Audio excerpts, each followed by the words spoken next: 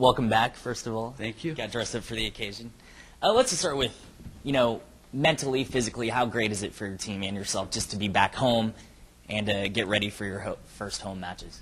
It's fantastic. It was a long trip. 18 days on the road will teach you a lot about a young team like ours. And we were just flying home yesterday, and 24 hours before that playing 2 big matches, and looking at coming home 4 and 6 and not 2 and 8. So things changed really quickly right there at the end, and it was just a really very difficult trip for the young kids, and very fruitful, I think, in terms of what the lessons were to be learned for all of us.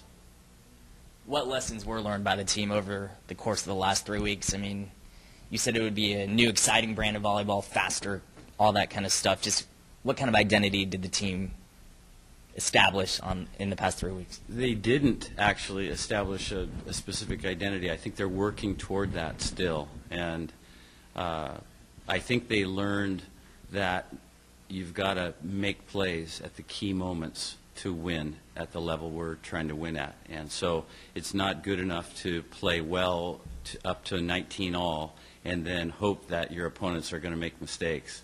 We're playing too high a caliber of volleyball to expect that to happen. And so I think that was these young kids who are all talented, who are the big fish in their respective small ponds, have come on to this team and are trying to sort of vie for their respective identities within this system. And they have an idea, they have a vision of the system. I can tell you that we're working very hard to try to attain some acceptable level of efficiency at running those systems, but we're still ways away. And I hope that the kids learned a bit about patience. We did enough checking in and out of hotels and traveling and organizing enough meals, and staying at the Olympic Training Center was a great experience for them. So I hope the lesson of patience and diligent preparation was one that was not lost on them. Secondly, and then I think third, the last week was, I expected a different outcome. I think that this is just a fact. We played, after driving 2 hours from the OTC, we played 2 matches in Boulder, and we didn't have a place to rest in between. And the girls, that's really a logistics issue, and I take that on my shoulders as something I probably, in hindsight, should have looked at and changed and given them a better chance to rest and a better shot at winning that evening match against University of Colorado. But the idea of playing tournament volleyball is to play Friday night. We played well against Denver and had a breakout performance from Jen Ketty, 20 kills from a freshman, first time playing outside hitter, and then the next day she really couldn't put it together. And so that, whether they learn those lessons, I don't know. We'll see as time goes on, but they were certainly out there to be learned. They have to reflect upon them now, and this is a big weekend for us to come back home, the friendly confines of Mott, and do a job. Yeah, Coach, expanding on that, I'm going to ask you just, with the record what it is, the confidence may not be at its highest. And incredibly, I mean, conference is just around the corner now. How important is it to come back here and just get the ball rolling in the right direction and get into the league play with some semblance of confidence and a high level of play? It's huge. It's huge. I think the biggest concern that I have is that these kids don't take the matches and the trip they just came off of in perspective.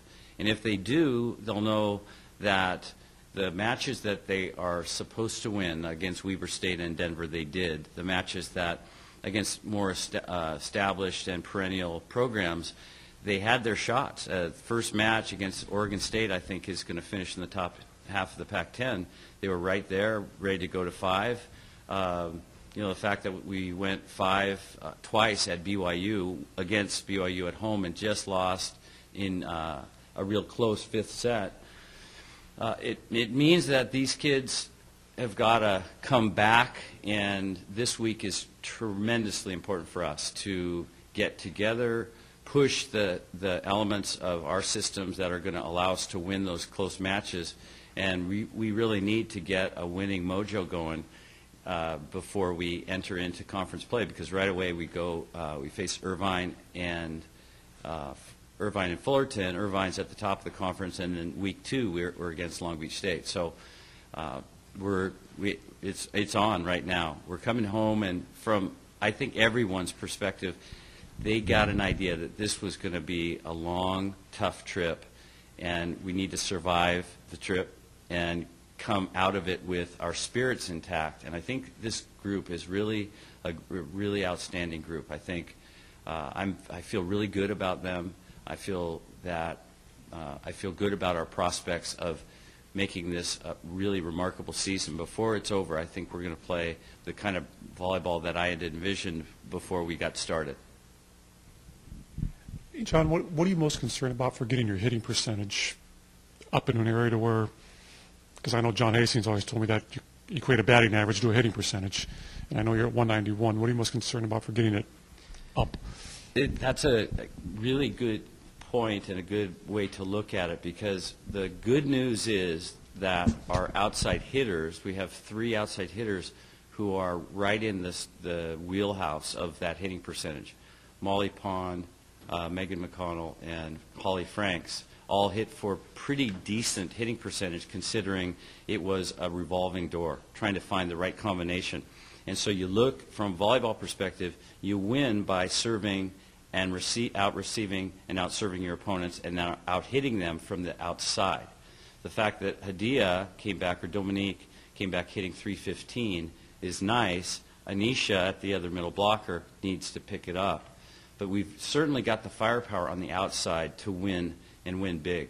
And so we're really, it's sort of, if you look inside the numbers, you see that based upon the formula for success, where we lost was really from the service line and on serve receive, and our hitting percentage wasn't really what killed us. It was losing the key points.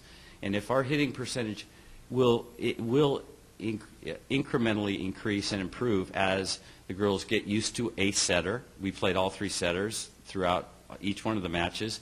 In fact, Chianini was on the floor at the end of both wins. And so she had sort of came out of the trip in the lead, but still the girls have yet to find the exact lineup. I think I have an idea of where we're going along those lines. But back to my main point is that from a volleyball, from that truism, that formula for success perspective that John Hastings alludes to, our outside hitters did pretty well, did better than they have certainly last year. We had I think we had 0 matches last year where both outside hitters hit above 200, and that's already been the case. We've already had that in more than, I think, 3 or 4 of the 10 matches we played so far. Where we failed has been at one of the other spots, either opposite or one of the middles. So overall, 191 is a number that has some meaning but doesn't tell the true story.